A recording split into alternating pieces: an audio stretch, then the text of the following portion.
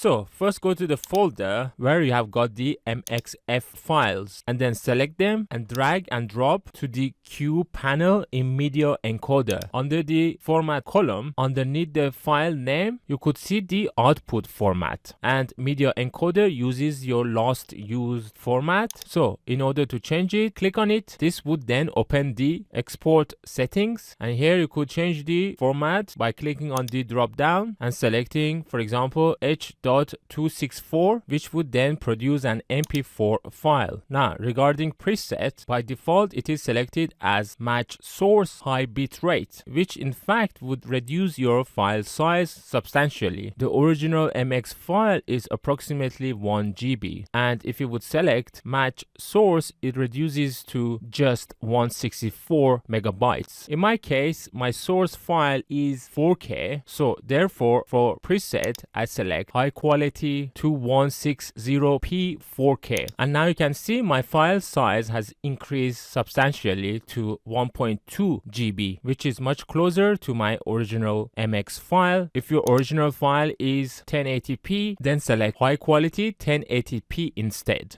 You can leave most of the video output settings as they are. You can check render at maximum depth. Scroll further down to get to bitrate settings. By default, it is set to VBR 1 pass. Click on the drop down and change it to VBR 2 pass. This would take much longer to encode, but it can give you a better quality output video with the same file size. And finally, you could also check use maximum render quality in here. And once you're happy with other settings, click on OK, and now you can see the format and presets are changed for only one clip. So if you want to also change for the other ones, simply select all of them and then press delete and then click on yes. So after exporting the first one, we can bring back the other ones. So, and finally, if you would click on the output file column, you could change the location of the output file, and once you're ready, click on the green play button to start encoding. Here you could follow the encoding progress.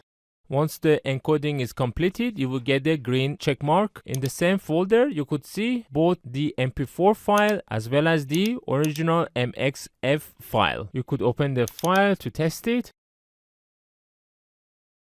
And now you can select the rest of the MXF files and then drag and drop to the Q panel in the Media Encoder. And this time, as you can see, the format and the preset are the same as the one that we have just exported. So everything is ready. All you got to do is to click on the play button to start converting all the other MXF files to MP4. And after a while, all the MXF files are converted. You get a check mark, and these are the output files.